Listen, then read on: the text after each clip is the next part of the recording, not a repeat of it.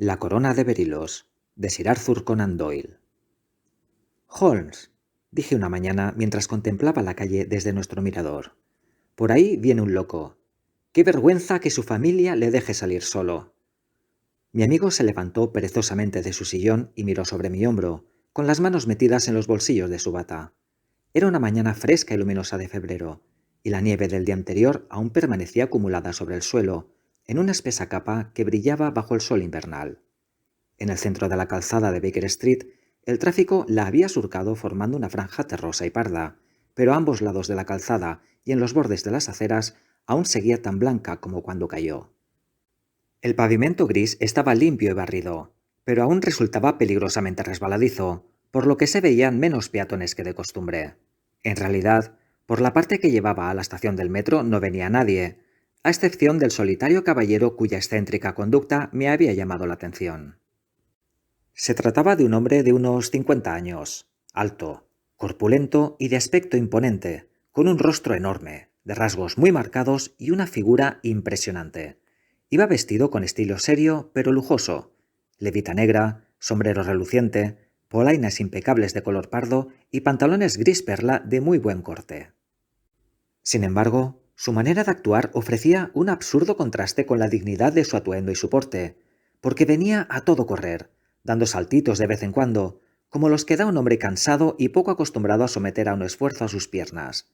Y mientras corría, alzaba y bajaba las manos, movía de un lado a otro la cabeza y deformaba su cara con las más extraordinarias contorsiones. ¿Qué demonios puede pasarle?, pregunté. Está mirando los números de las casas. Me parece que viene aquí, dijo Holmes frotándose las manos. ¿Aquí? Sí, y yo diría que viene a consultarme profesionalmente. Creo reconocer los síntomas. ¡Ajá! ¿No se lo dije? Mientras Holmes hablaba, el hombre, jadeando y resoplando, llegó corriendo a nuestra puerta y tiró de la campanilla hasta que las llamadas resonaron en toda la casa. Unos instantes después estaba ya en nuestra habitación, todavía resoplando y gesticulando, pero con una expresión tan intensa de dolor y desesperación en los ojos que nuestras sonrisas se transformaron al instante en espanto y compasión. Durante un rato fue incapaz de articular una palabra, y siguió oscilando de un lado a otro y tirándose de los cabellos como una persona arrastrada más allá de los límites de la razón. De pronto, se puso en pie de un salto y se golpeó la cabeza contra la pared con tal fuerza que tuvimos que correr en su ayuda y arrastrarlo al centro de la habitación. Sherlock Holmes le empujó hacia una butaca y se sentó a su lado, dándole palmaditas en la mano y procurando tranquilizarlo con la charla suave y acariciadora que tan bien sabía emplear y que tan excelentes resultados le había dado en otras ocasiones. «Ha venido usted a contarme su historia, ¿no es así?», decía. «Ha venido con tanta prisa que está fatigado. Por favor, aguarde hasta haberse recuperado y entonces tendré mucho gusto en considerar cualquier pequeño problema que tenga a bien plantearme». El hombre permaneció sentado algo más de un minuto con el pecho agitado, luchando contra sus emociones. Por fin, se pasó un pañuelo por la frente, apretó los labios y volvió el rostro hacia nosotros. «¿Verdad que me han tomado por un loco?», dijo. «Se nota que tiene usted algún gran apuro», respondió Holmes. «No lo sabe usted bien. Un apuro que me tiene totalmente trastornada la razón. Una desgracia inesperada y terrible. Podría haber soportado la deshonra pública, aunque mi reputación ha sido siempre intachable.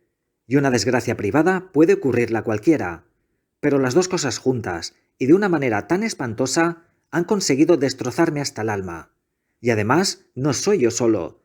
Esto afectará a los más altos personajes del país, a menos que se le encuentre una salida a este horrible asunto». «Tranquilícese, por favor», dijo Holmes, «y explíqueme con claridad quién es usted y qué le ha ocurrido». «Es posible que mi nombre le resulte familiar», respondió nuestro visitante.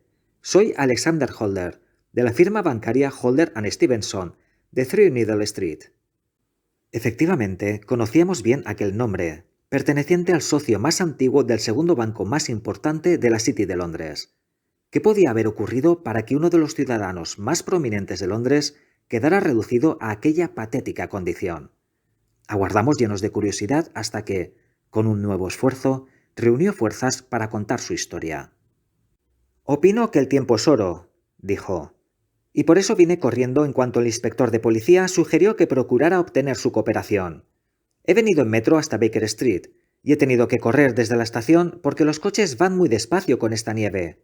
Por eso me he quedado sin aliento, ya que no estoy acostumbrado a hacer ejercicio. Ahora ya me siento mejor y les pondré los hechos del modo más breve y más claro que me sea posible. Naturalmente, ustedes ya saben que para la buena marcha de una empresa bancaria, tan importante es saber invertir provechosamente nuestros fondos como ampliar nuestra clientela y el número de depositarios. Uno de los sistemas más lucrativos de invertir dinero es en forma de préstamos, cuando la garantía no ofrece dudas. En los últimos años, hemos hecho muchas operaciones de esta clase, y son muchas las familias de la aristocracia a las que hemos adelantado grandes sumas de dinero, con la garantía de sus cuadros, bibliotecas o vajillas de plata. Ayer por la mañana me encontraba en mi despacho del banco cuando uno de los empleados me trajo una tarjeta. Di un respingo al leer el nombre, que era nada menos que... Bueno, quizás sea mejor que no diga más, ni siquiera usted. Baste con decir que se trata de un nombre conocido en todo el mundo, uno de los nombres más importantes, más nobles, más ilustres de Inglaterra. Me sentí abrumado por el honor e intenté decírselo cuando entró, pero él fue directamente al grano del negocio, con el aire de quien quiere despachar cuanto antes una tarea desagradable. Señor Holder, dijo, se me ha informado de que presta usted dinero. La firma lo hace cuando la garantía es buena, respondí yo. Me es absolutamente imprescindible, dijo él, disponer al momento de 50.000 libras. Por supuesto, podría obtener una suma 10 veces superior a esa insignificancia pidiendo prestado a mis amigos, pero prefiero llevarlo como una operación comercial y ocuparme del asunto personalmente. Como comprenderá usted, en mi posición no conviene contraer ciertas obligaciones. ¿Puedo preguntar durante cuánto tiempo necesitará usted esa suma? Pregunté. El lunes que viene cobraré una cantidad importante, y entonces podré, con toda seguridad, devolverle lo que usted me adelante, más los intereses que considere adecuados, pero me resulta imprescindible disponer del dinero en el acto. Tendría mucho gusto en prestárselo yo mismo, de mi propio bolsillo y sin más trámites, pero la cantidad excede un poco a mis posibilidades. Por otra parte, si lo hago en nombre de la firma, entonces, en consideración a mi socio, tendría que insistir en que, aun tratándose de usted, se tomaran todas las garantías pertinentes. Lo prefiero así, y con mucho, dijo él, alzando una caja de tafilete negro que había dejado junto a su silla. Supongo que habrá oído hablar de la corona de Berilos. Una de las más preciadas posesiones públicas del imperio, respondí yo. En efecto, abrió la caja y allí, embutida en blando terciopelo de color carne, apareció la magnífica joya que acababa de nombrar. Son 39 berilos enormes, dijo, y el precio de la montura de oro es incalculable. La tasación más baja fijará el precio de la corona en más del doble de la suma que le pido. Estoy dispuesto a dejársela como garantía. Tomé en las manos el precioso estuche y miré con cierta perplejidad a mi ilustre cliente. ¿Duda usted de su valor?, preguntó. En absoluto. Solo dudo de que yo obre correctamente al dejarla aquí. Puede usted estar tranquilo. Ni en sueño se me ocurriría hacerlo si no estuviese absolutamente seguro de poder recuperarla en 4 días. Es una mera formalidad. ¿Le parece suficiente garantía? Más que suficiente. Se dará usted cuenta, señor Holder, de que con esto le doy una enorme prueba de la confianza que tengo en usted, basada en las referencias que me han dado. Confío en que no solo será discreto y se abstendrá de todo comentario sobre el asunto, sino que además, y por encima de todo, cuidará de esta corona con toda clase de precauciones, porque no hace falta que le diga que se organizaría un escándalo tremendo si sufriera el menor daño. Cualquier desperfecto sería casi tan grave como perderla por completo, ya que no existen en el mundo berilos como estos, y sería imposible reemplazarlos. No obstante, se la dejo con absoluta confianza, y vendré a recuperarla personalmente el lunes por la mañana. Viendo que mi cliente estaba deseoso de marcharse, no dije nada más. Llamé al cajero y le di orden de que pagara 50.000 libras en billetes. Sin embargo, cuando me quedé solo con el precioso estuche encima de la mesa, delante de mí, No pude evitar pensar con cierta inquietud en la inmensa responsabilidad que había contraído. No cabía duda de que, por tratarse de una propiedad de la nación, el escándalo sería terrible si le ocurriera alguna desgracia. Empecé a lamentar el haber aceptado quedarme con ella, pero ya era demasiado tarde para cambiar las cosas, así que la guardé en mi caja de seguridad privada y volví a mi trabajo. Al llegar la noche, me pareció que sería una imprudencia dejar un objeto tan valioso en el despacho. No sería la primera vez que se fuerza la caja de un banquero. ¿Por qué no habría de pasarle a la mía? Así pues, decidí que durante los días siguientes llevaría siempre la corona conmigo, para que nunca estuviera fuera de mi alcance. Con esta intención, llamé un coche y me hice conducir a mi casa de Streatham, llevándome la joya. No respiré tranquilo hasta que la hube subido al piso de arriba y guardado bajo llave en el escritorio de mi gabinete. Y ahora unas palabras acerca del personal de mi casa, señor Holmes, porque quiero que comprenda perfectamente la situación. Mi mayordomo y mi lacayo duermen fuera de casa y se les puede descartar por completo. Tengo 3 doncellas que llevan bastantes años conmigo y cuya honradez está por encima de toda sospecha. Una cuarta doncella, Lucy Parr, lleva solo unos meses a mi servicio. Sin embargo, traía excelentes referencias y siempre ha cumplido a la perfección. Es una muchacha muy bonita y de vez en cuando atrae admiradores que rondan por la casa. Es el único inconveniente que le hemos encontrado, pero por lo demás consideramos que es una chica excelente en todos los aspectos. Eso en cuanto al servicio. Mi familia es tan pequeña que no tardaré mucho en describirla. Soy viudo y tengo un solo hijo, Arthur, que ha sido una decepción para mí, señor Holmes, una terrible decepción. Sin duda, toda la culpa es mía. Todos dicen que le he mimado demasiado, y es muy probable que así sea. Cuando falleció mi querida esposa, todo mi amor se centró en él. No podía soportar que la sonrisa se borrara de su rostro ni por un instante.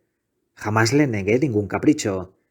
Tal vez habría sido mejor para los dos que yo me hubiera mostrado más severo, pero lo hice con la mejor intención.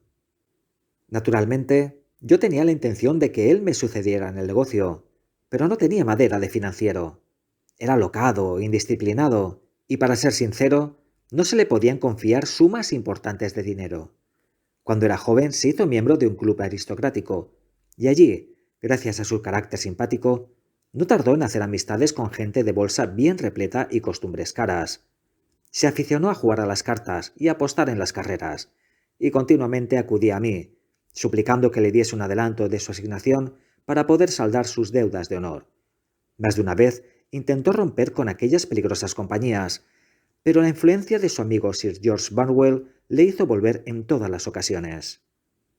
A decir verdad, a mí no me extrañaba que un hombre como Sir George Barnwell tuviera tanta influencia sobre él, porque lo trajo muchas veces a casa e incluso a mí me resultaba difícil resistirme a la fascinación de su trato. Es mayor que Arthur, un hombre de mundo de pies a cabeza, que ha estado en todas partes y lo ha visto todo, conversador brillante y con un gran atractivo personal. Sin embargo, cuando pienso en él fríamente, lejos del encanto de su presencia, estoy convencido, por su manera cínica de hablar y por la mirada que he advertido en sus ojos, de que no se puede confiar en él. Eso es lo que pienso, y así piensa también mi pequeña Mary, que posee una gran intuición femenina para la cuestión del carácter. Y ya solo queda ella por describir. Mary es mi sobrina, pero cuando falleció mi hermano hace 5 años, dejándola sola, yo la adopté y desde entonces la he considerado como una hija. Es el sol de la casa. Dulce, cariñosa, guapísima, excelente administradora y ama de casa, y al mismo tiempo tan tierna, discreta y gentil como puede ser una mujer. Es mi mano derecha. No sé lo que haría sin ella. Solo en una cosa se ha opuesto a mis deseos.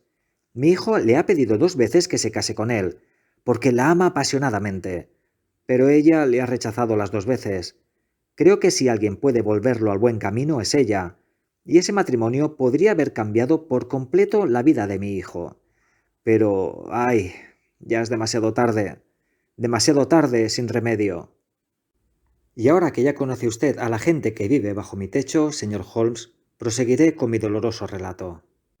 Aquella noche, después de cenar, mientras tomábamos café en la sala de estar, les conté a Arthur y Mary lo sucedido y les hablé del precioso tesoro que teníamos en casa, omitiendo únicamente el nombre de mi cliente. Estoy seguro de que Lucy Parr, que nos había servido el café, había salido ya de la habitación, pero no puedo asegurar que la puerta estuviera cerrada. Mary y Arthur se mostraron muy interesados y quisieron ver la famosa corona, pero a mí me pareció mejor dejarla en paz. ¿Dónde la has guardado?, preguntó Arthur. En mi escritorio. Bueno, Dios quiera que no entren ladrones en casa esta noche, dijo. Está cerrado con llave, indiqué. Bah, ese escritorio se abre con cualquier llave vieja. Cuando era pequeño, yo la abría con la llave del armario del trastero. Esa era su manera normal de hablar, así que no presté mucha atención a lo que decía. Sin embargo, aquella noche me siguió a mi habitación con una expresión muy seria. Escucha, papá, dijo con una mirada baja. ¿Puedes dejarme 200 libras? No, no puedo, respondí irritado. Ya he sido demasiado generoso contigo en cuestiones de dinero. Has sido muy amable, dijo él, pero necesito ese dinero o jamás podré volver a asomar la cara por el club. Pues me parece estupendo, exclamé yo. Sí, papá, pero no querrás que quede deshonrado, dijo. No podría soportar la deshonra. Tengo que reunir ese dinero como sea, y si tú no me lo das, tendré que recurrir a otros medios. Yo me sentía indignado, porque era la tercera vez que me pedía dinero en un mes.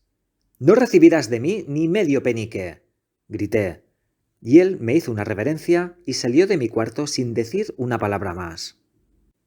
Después de que se fuera, abrí mi escritorio, comprobé que el tesoro seguía a salvo y lo volví a cerrar con llave.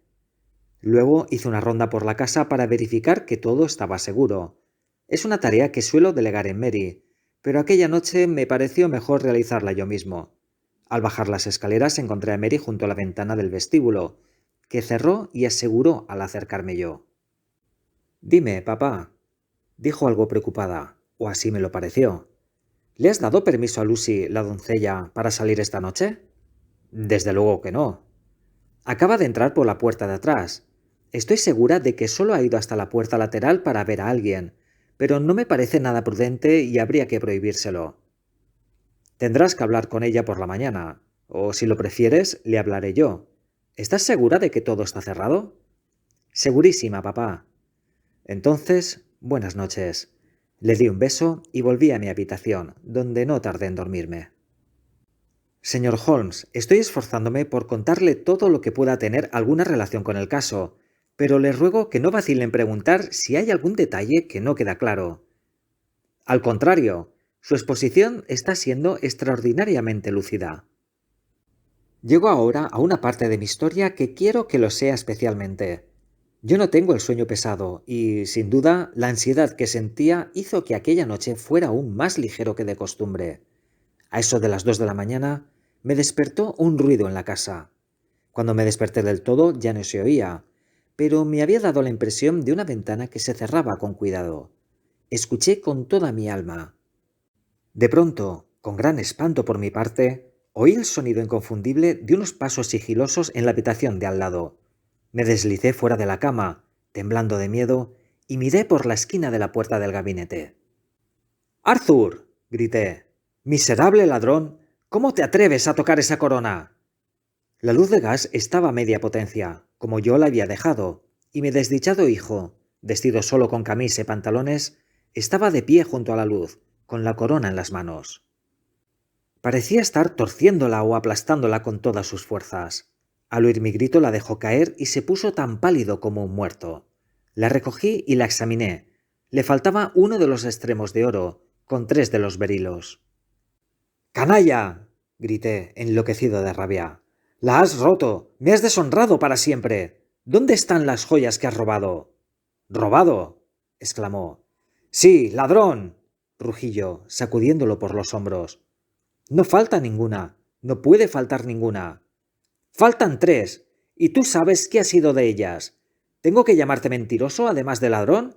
¿Acaso no te acabo de ver intentando arrancar otro trozo? Ya he recibido suficientes insultos, dijo él. No pienso aguantarlo más. Puesto que prefieres insultarme, no diré una palabra más del asunto. Me iré de tu casa por la mañana y me abriré camino por mis propios medios. Saldrás de casa en manos de la policía, grité yo, medio loco de dolor y de ira. Haré que el asunto se investigue a fondo. Pues por mi parte no averiguarás nada, dijo él, con una pasión de la que no le habría creído capaz. Si decides llamar a la policía, que averigüen ellos lo que puedan. Para entonces, toda la casa estaba alborotada, porque yo, llevado por la cólera, había alzado mucho la voz. Mary fue la primera en entrar corriendo en la habitación, y al ver la corona en la cara de Arthur, comprendió todo lo sucedido, y dando un grito, cayó sin sentido al suelo. Hice que la doncella avisara a la policía y puse inmediatamente la investigación en sus manos. Cuando el inspector y un agente de uniforme entraron en la casa, Arthur, que había permanecido todo el tiempo taciturno y con los brazos cruzados, me preguntó si tenía la intención de acusarle de robo. Le respondí que había dejado de ser un asunto privado para convertirse en público, puesto que la corona destrozada era propiedad de la nación. Yo estaba decidido a que la ley se cumpliera hasta el final. Al menos, dijo, no me hagas detener ahora mismo. Te conviene, tanto como a mí, dejarme salir de casa 5 minutos. Sí, para que puedas escaparte, o tal vez para poder esconder lo que has robado, respondí yo. Y a continuación, dándome cuenta de la terrible situación en la que se encontraba, le imploré que recordara que no solo estaba en juego mi honor, sino también el de alguien mucho más importante que yo, y que su conducta podía provocar un escándalo capaz de conmocionar a la nación entera. Podía evitar todo aquello con solo decirme qué había hecho con las 3 piedras que faltaban. Más vale que afrontes la situación, le dije. Te han cogido con las manos en la masa, y confesar no agravará tu culpa. Si procuras repararla en la medida de lo posible, diciéndonos dónde están los berilos, todo quedará perdonado y olvidado. Guárdate tu perdón para el que te lo pida, respondió, apartándose de mí con un gesto de desprecio. Me di cuenta de que estaba demasiado maleado como para que mis palabras le influyeran. Solo podía hacer una cosa. Llamé al inspector y lo puse en sus manos. Se llevó a cabo un registro inmediato, no solo de su persona, sino también de su habitación y de todo rincón de la casa donde pudiera haber escondido las gemas. Pero no se encontró ni rastro de ellas, y el miserable de mi hijo se negó a abrir la boca, a pesar de todas nuestras súplicas y amenazas. Esta mañana lo han encerrado en una celda, y yo, tras pasar por todas las formalidades de la policía, he venido corriendo a verle a usted, para rogarle que aplique su talento a la resolución del misterio. La policía ha confesado sin reparos que por ahora no sabe qué hacer. Puede usted incurrir en los gastos que le parezcan necesarios. Ya he recibido una recompensa de 1000 libras. Dios mío, ¿qué voy a hacer? He perdido mi honor, mis joyas y mi hijo en una sola noche. ¡Ah! ¿Qué puedo hacer? Se llevó las manos a la cabeza y empezó a oscilar de delante a atrás, parloteando consigo mismo, como un niño que no encuentra palabras para expresar su dolor. Sherlock Holmes permaneció callado unos minutos, con el ceño fruncido y los ojos clavados en el fuego de la chimenea. ¿Recibe usted muchas visitas?, preguntó por fin. Ninguna, exceptuando a mi socio con su familia y, de vez en cuando, algún amigo de Arthur. Sir George Barnwell ha estado varias veces en casa últimamente, y me parece que nadie más. ¿Sale usted mucho? Arthur sale. Mary y yo nos quedamos en casa. A ninguno de los dos nos gustan las reuniones sociales. Eso es poco corriente en una joven. Es una chica muy tranquila. Además, ya no es tan joven. Tiene ya 24 años. Por lo que usted ha dicho, este suceso la ha afectado mucho. De un modo terrible. Está más afectada aún que yo. ¿Ninguno de ustedes dos duda de la culpabilidad de su hijo? ¿Cómo podríamos dudar si yo mismo le vi con mis propios ojos con la corona en la mano? Eso no puede considerarse una prueba concluyente. ¿Estaba estropeado también el resto de la corona? Sí, estaba toda retorcida. ¿Y no cree usted que es posible que estuviera intentando enderezarla? Dios le bendiga. Está usted haciendo todo lo que puede por él y por mí. Pero es una tarea desmesurada. Al fin y al cabo, ¿qué estaba haciendo allí? Y si sus intenciones eran honradas, ¿por qué no lo dijo? Exactamente. Y si era culpable, ¿por qué no inventó una mentira? Su silencio me parece un arma de 2 filos. El caso presenta varios detalles muy curiosos. ¿Qué opina la policía del ruido que le despertó a usted? Opinan que pudo haberlo provocado Arthur al cerrar la puerta de su alcoba. Bonita explicación. Como si un hombre que se propone cometer un robo fuera dando portazos para despertar a toda la casa. ¿Y qué han dicho de la desaparición de las piedras? Todavía están sondeando las tablas del suelo y agujereando muebles con la esperanza de encontrarlas. ¿No se les ha ocurrido buscar fuera de la casa? Oh, sí. Se han mostrado extraordinariamente diligentes. Han examinado el jardín pulgada a pulgada. Dígame, querido señor, dijo Holmes, ¿no le empieza a parecer evidente que este asunto tiene mucha más miga de la que usted o la policía pensaron en un principio? A usted le parecía un caso muy sencillo. A mí me parece enormemente complicado. Considere usted todo lo que implica su teoría. Usted supone que su hijo se levantó de la cama, se arriesgó a ir a su gabinete, forzó el escritorio, sacó la corona, rompió un trocito de la misma, se fue a algún otro sitio donde escondió 3 de las 39 gemas, tan hábilmente que nadie ha sido capaz de encontrarlas, y luego regresó con las 36 restantes al gabinete, donde se exponía con toda seguridad a ser descubierto. Ahora yo le pregunto, ¿se sostiene en pie esa teoría? Pero, ¿qué otra puede haber? Exclamó el banquero con un gesto de desesperación. Si sus motivos eran honrados, ¿por qué no los explica? En averiguarlo consiste nuestra tarea, replicó Holmes. Así pues, señor Holder, si le parece bien, iremos a Streatham juntos y dedicaremos una hora a examinar más de cerca los detalles. Mi amigo insistió en que yo los acompañara en la expedición, a lo cual accedí de buena gana, pues la historia que acababa de escuchar había despertado mi curiosidad y mi simpatía.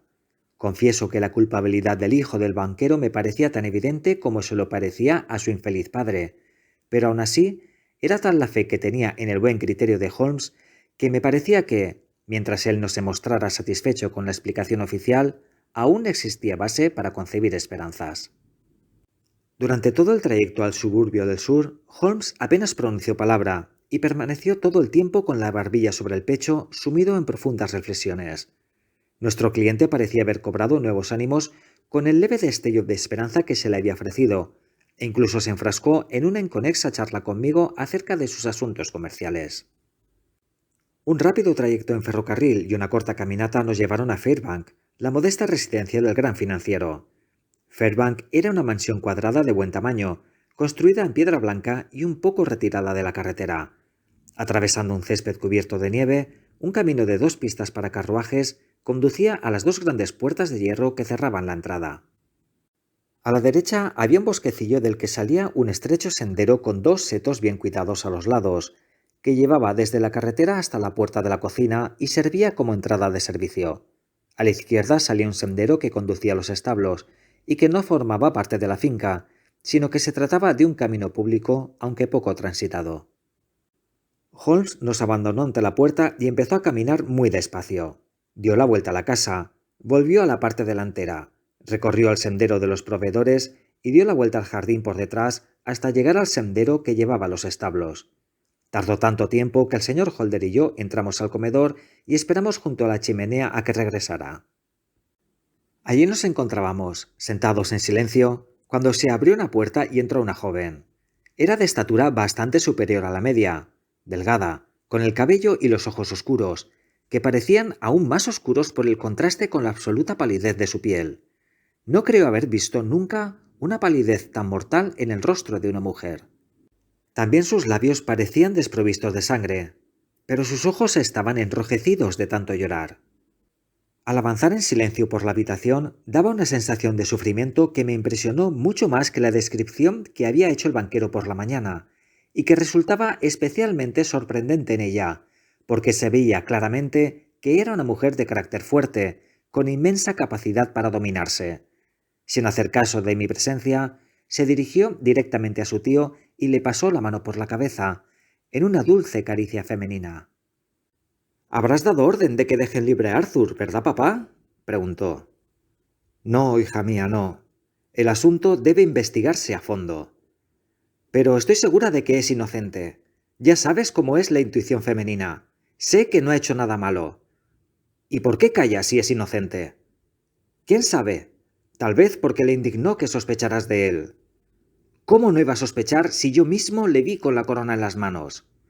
Pero si solo la había cogido para mirarla. Oh, papá, créeme, por favor. Es inocente. Da por terminado el asunto y no digas más.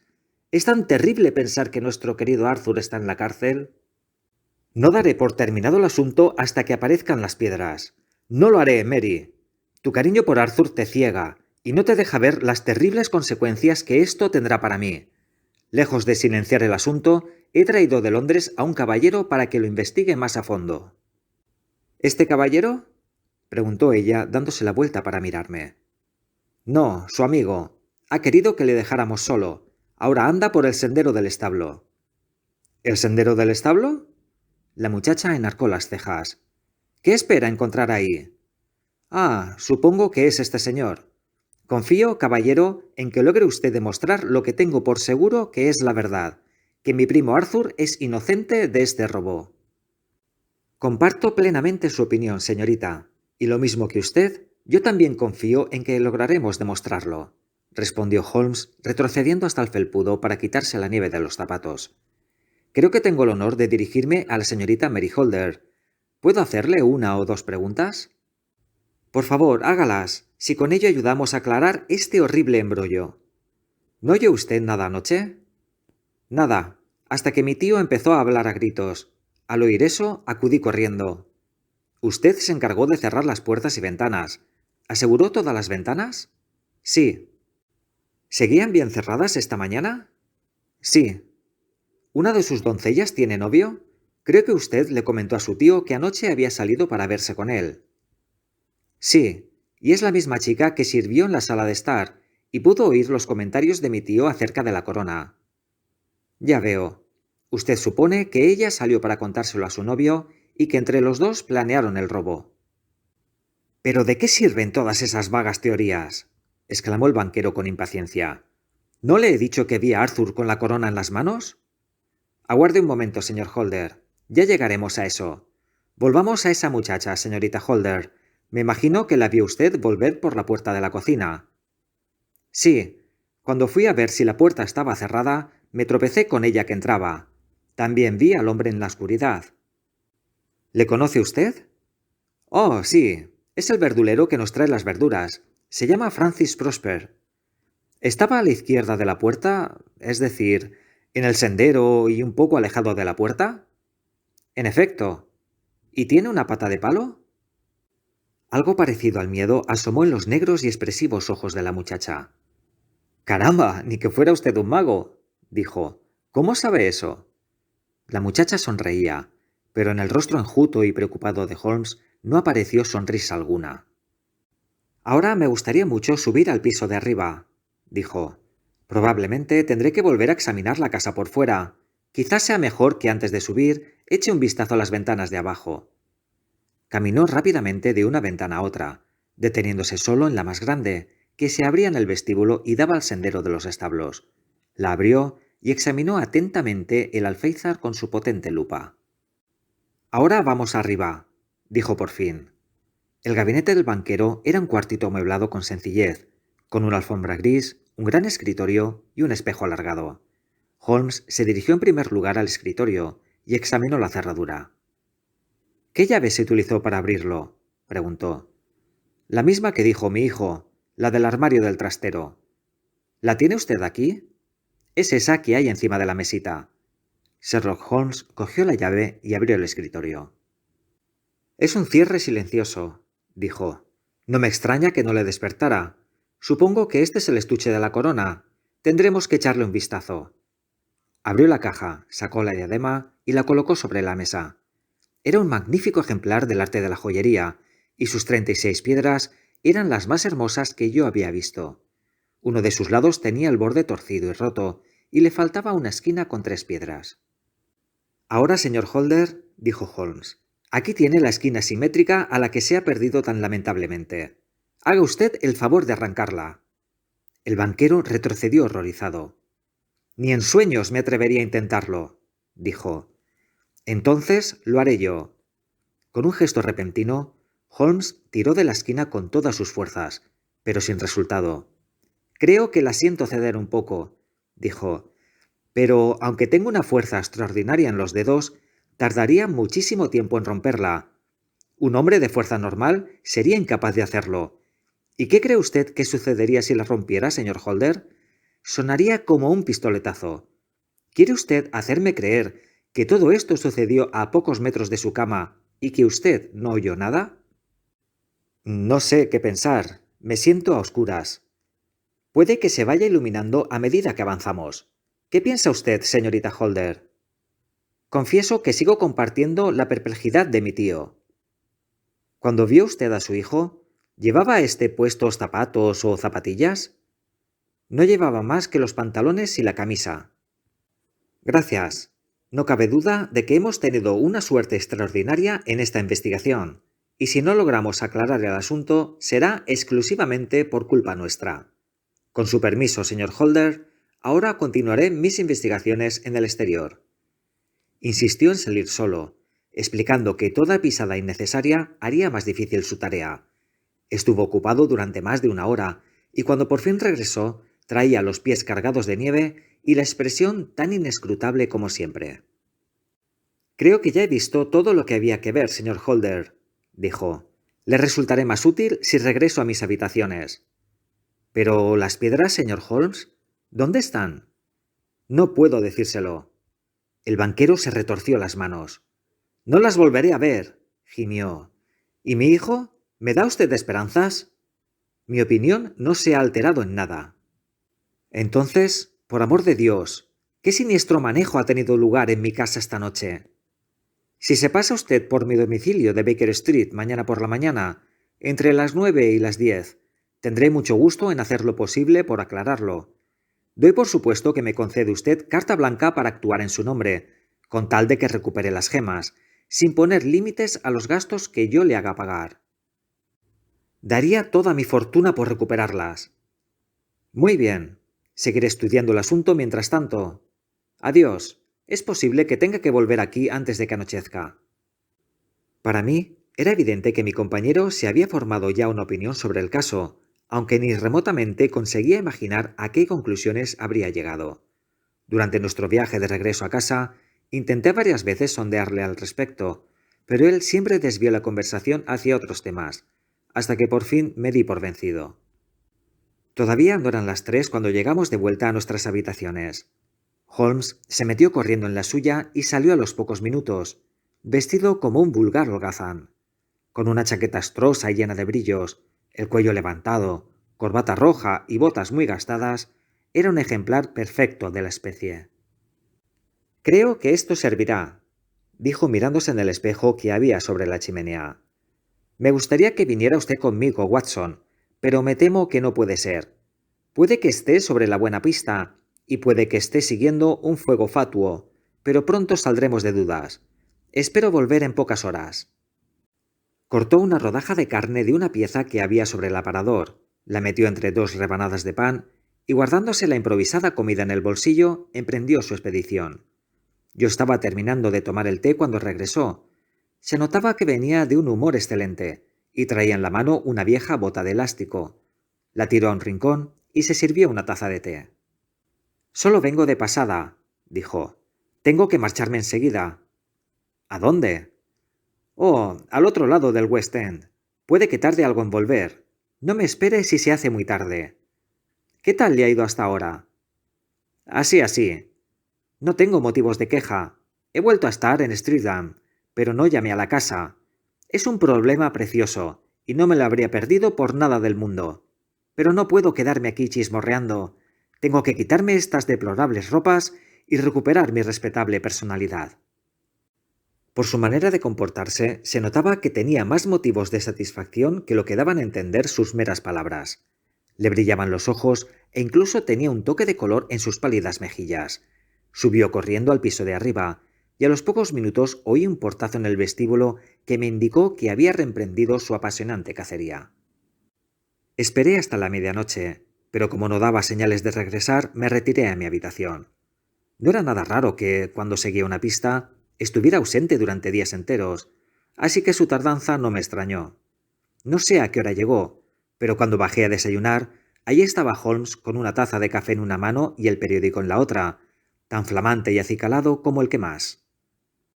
Perdone que haya empezado a desayunar sin usted, Watson, dijo, pero ya recordará que estamos citados con nuestro cliente a primera hora.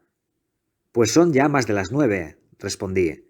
No me extrañaría que el que llega fuera él. Me ha parecido oír la campanilla.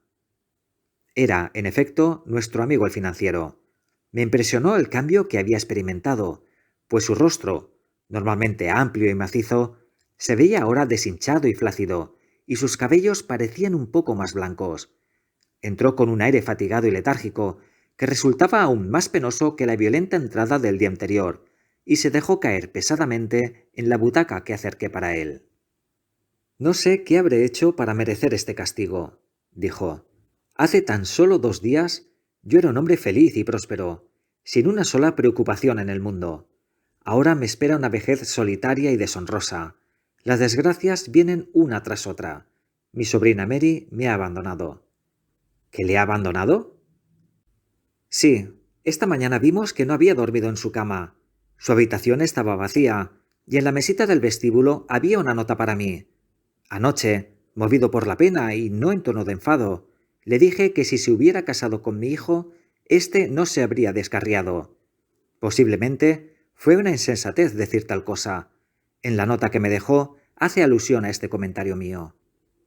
Queridísimo tío, me doy cuenta de que yo he sido la causa de que sufras este disgusto y de que, si hubiera obrado de diferente manera, esta terrible desgracia podría no haber ocurrido. Con este pensamiento en la cabeza, ya no podré ser feliz viviendo bajo tu techo, y considero que debo dejarte para siempre. No te preocupes por mi futuro, que eso ya está arreglado. Y sobre todo, no me busques, pues sería tarea inútil, y no me favorecería en nada. En la vida o en la muerte, te quiere siempre, Mary. ¿Qué quiere decir esta nota, señor Holmes? ¿Cree usted que se propone suicidarse? No, no, nada de eso. Quizás sea esta la mejor solución. Me parece, señor Holder, que sus dificultades están a punto de terminar. ¿Cómo puede decir eso? Señor Holmes, usted ha averiguado algo, usted sabe algo. ¿Dónde están las piedras? ¿Le parecería excesivo pagar 1000 libras por cada una? Pagaría 10.000. No será necesario. Con 3.000 bastará. Y supongo que habrá que añadir una pequeña recompensa. ¿Ha traído usted su talonario? Aquí tiene una pluma. Lo mejor será que extienda un cheque por 4.000 libras. Con expresión atónita, el banquero extendió el cheque solicitado. Holmes se acercó a su escritorio, sacó un trozo triangular de oro con 3 piedras preciosas y lo arrojó sobre la mesa. Nuestro cliente se apoderó de él con un alarido de júbilo. ¡Lo tiene!, jadeó. ¡Estoy salvado! ¡Estoy salvado! La reacción de alegría era tan apasionada como lo había sido su desconsuelo anterior, y apretaba contra el pecho las gemas recuperadas. Todavía debe usted algo, señor Holder, dijo Sherlock Holmes en tono más bien severo. ¿Qué debo? Cogió la pluma. Diga la cantidad y la pagaré.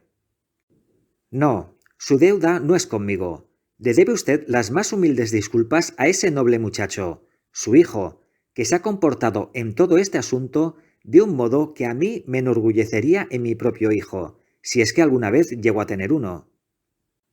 Entonces, ¿no fue Arthur quien las robó? Se lo dije ayer y se lo repito hoy. No fue él. ¿Con qué seguridad lo dice? En tal caso, vayamos ahora mismo a decirle que ya se ha descubierto la verdad. Él ya lo sabe.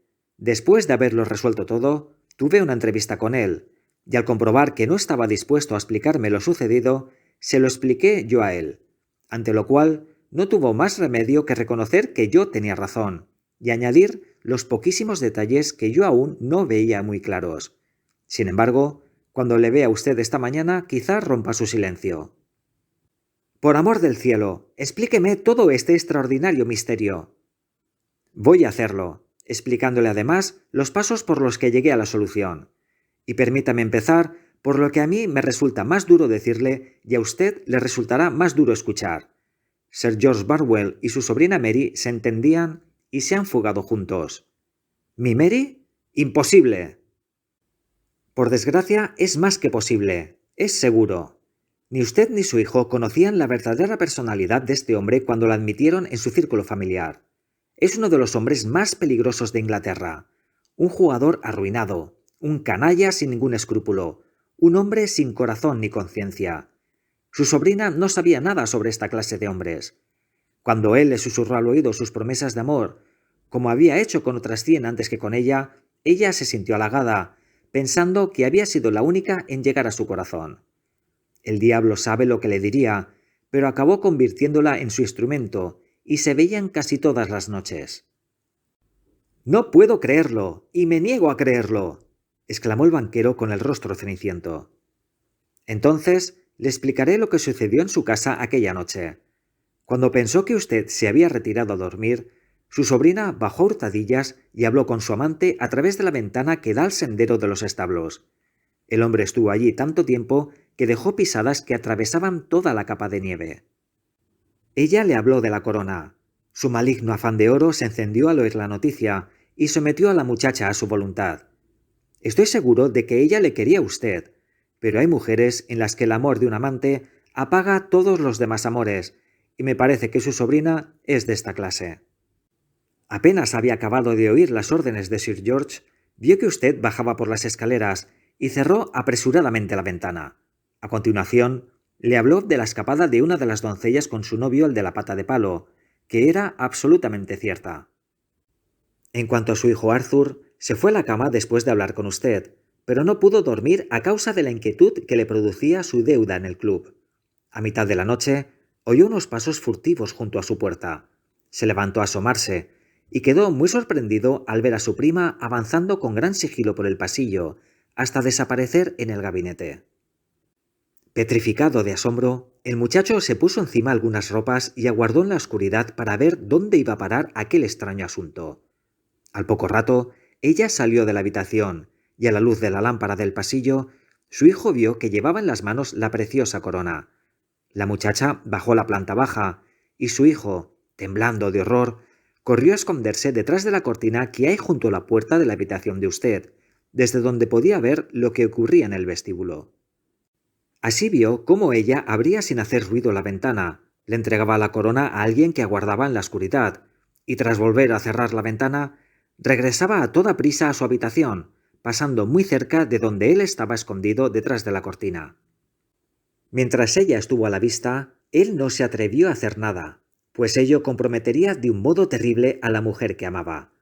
Pero en el instante en que ella desapareció, comprendió la tremenda desgracia que aquello representaba para usted y se propuso remediarlo a toda costa.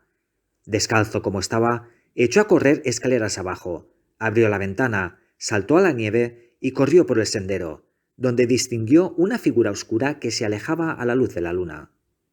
Sir George Boswell intentó escapar, pero Arthur le alcanzó y se entabló un forcejeo entre ellos, su hijo tirando de un lado de la corona y su oponente del otro. En la pelea, su hijo golpeó a Sir George y le hizo una herida encima del ojo.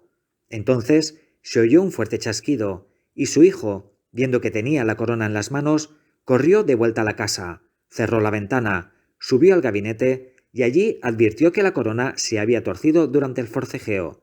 Estaba intentando enderezarla cuando usted apareció en escena. «¿Es posible?», dijo el banquero, sin aliento. Entonces, usted le irritó con sus insultos, precisamente cuando él opinaba que merecía su más encendida gratitud. No podía explicar la verdad de lo ocurrido sin delatar a una persona que, desde luego, no merecía tanta consideración por su parte. A pesar de todo, adoptó la postura más caballerosa y guardó el secreto para protegerla. «Y por eso ella dio un grito y se desmayó al ver la corona», exclamó el señor Holder. «¡Oh, Dios mío! ¡Qué ciego y estúpido he sido! Y él pidiéndome que le dejara salir 5 minutos. Lo que quería el pobre muchacho era ver si el trozo que faltaba había quedado en el lugar de la lucha. ¿De qué modo tan cruel le he malinterpretado?». «Cuando yo llegué a la casa», continuó Holmes, «lo primero que hice fue examinar atentamente los alrededores, por si había huellas en la nieve que pudieran ayudarme. Sabía que no había nevado desde la noche anterior, y que la fuerte helada habría conservado las huellas. Miré el sendero de los proveedores, pero lo encontré todo pisoteado e indescifrable. Sin embargo, un poco más allá, al otro lado de la puerta de la cocina, había estado una mujer hablando con un hombre, una de cuyas pisadas indicaba que tenía una pata de palo. Se notaba incluso que los habían interrumpido, porque la mujer había vuelto corriendo a la puerta, como demostraban las pisadas con la punta del pie muy marcada y el talón muy poco, mientras Patapalo se quedaba esperando un poco para después marcharse. Pensé que podía tratarse de la doncella de la que usted me había hablado y su novio, y un par de preguntas me lo confirmaron. Inspeccioné el jardín sin encontrar nada más que pisadas sin rumbo fijo, que debían ser de la policía. Pero cuando llegué al sendero de los establos, encontré escrita en la nieve una larga y complicada historia. Había una doble línea de pisadas de un hombre con botas, y una segunda línea, también doble, que como comprobé con satisfacción, correspondían a un hombre con los pies descalzos. Por lo que usted me había contado, quedé convencido de que pertenecían a su hijo. El primer hombre había andado a la ida y a la venida, pero el segundo había corrido a gran velocidad, y sus huellas, superpuestas a las de las botas, demostraban que corría detrás del otro.